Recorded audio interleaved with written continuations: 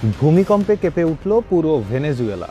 আর মুহূর্তেই ছড়িয়ে পড়ল এক বিস্ফোরক প্রশ্ন, এটা কি শুধু প্রাকৃতিক ঘটনা নাকি এর পেছনে লুকিয়ে আছে অন্য কোনো শক্তির হাত? আমেরিকার নাকি গোপন নিউক্লিয়ার মিসাইল টেস্টের ফলেই কেঁপে উঠল পুরো ভেনেজুয়েলা। সত্যি কি তাই নাকি এটা শুধু আতঙ্কের ছায়া?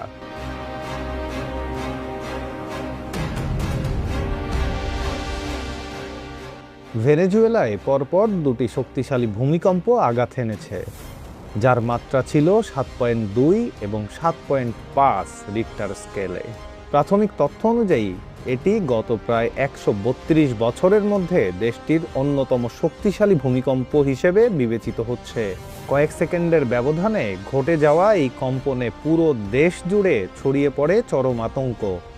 বিভিন্ন জায়গা থেকে আসা ভিডিও ফুটেজে দেখা যায় ভয়াবহতার দৃশ্য।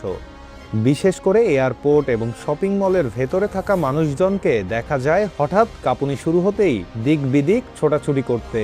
সিলিং দুলছে, লাইট ঝুলছে, ইলেকট্রিক্যাল লাইন থেকে স্পার্ক ছিটছে, আর মুহূর্তেই অনেক জায়গায় অন্ধকার নেমে এসেছে।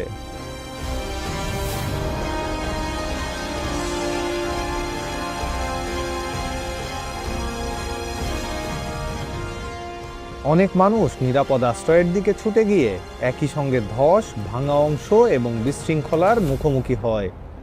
যেখানে যাওয়া নিরাপদ মনে হচ্ছিল সেখানেই কিছু না কিছু ভেঙে পড়ার কারণে পরিস্থিতি আরও ভয়াবহ হয়ে ওঠে।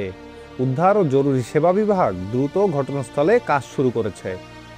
বিশেষজ্ঞরা বলছেন, এমন শক্তিশালী ভূমিকম্প সাধারণত বড় টেকটনিক প্লেটের মুভমেন্টের কারণে ঘটে থাকে এবং এর প্রভাব বিস্তৃত হতে পারে বহু অঞ্চলে।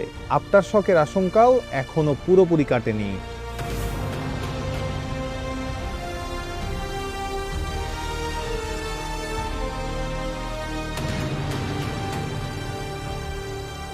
এই ভয়াবহ পরিস্থিতির মাঝেই সামাজিক যোগাযোগ মাধ্যমে ছড়িয়ে পড়েছে নানা প্রতিক্রিয়া ও আবেগঘন মন্তব্য। কেউ কেউ এটিকে প্রকৃতির চরম সতর্ক সংকেত হিসেবে দেখছেন, আবার অনেকে মানব জীবনের অনিশ্চয়তা নিয়ে গভীর উদ্বেগ প্রকাশ করেছেন।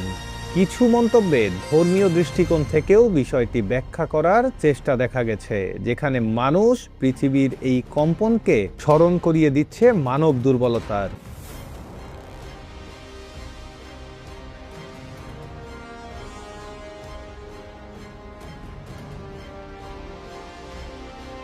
এই ঘটনার প্রেক্ষিতে বাংলাদেশ সহ অত্যন্ত ঘনবসতিপূর্ণ দেশের ঝুঁকি নিয়েও নতুন করে আলোচনা শুরু হয়েছে।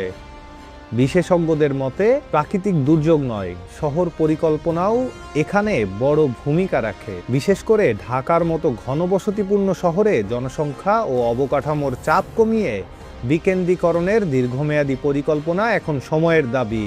ভেনেজুয়েলার এই ভূমিকম্প আবারও মনে করিয়ে দিচ্ছে, প্রাকৃতিক বিপর্যয় কখনোই পূর্বাভাস দিয়ে আসে না।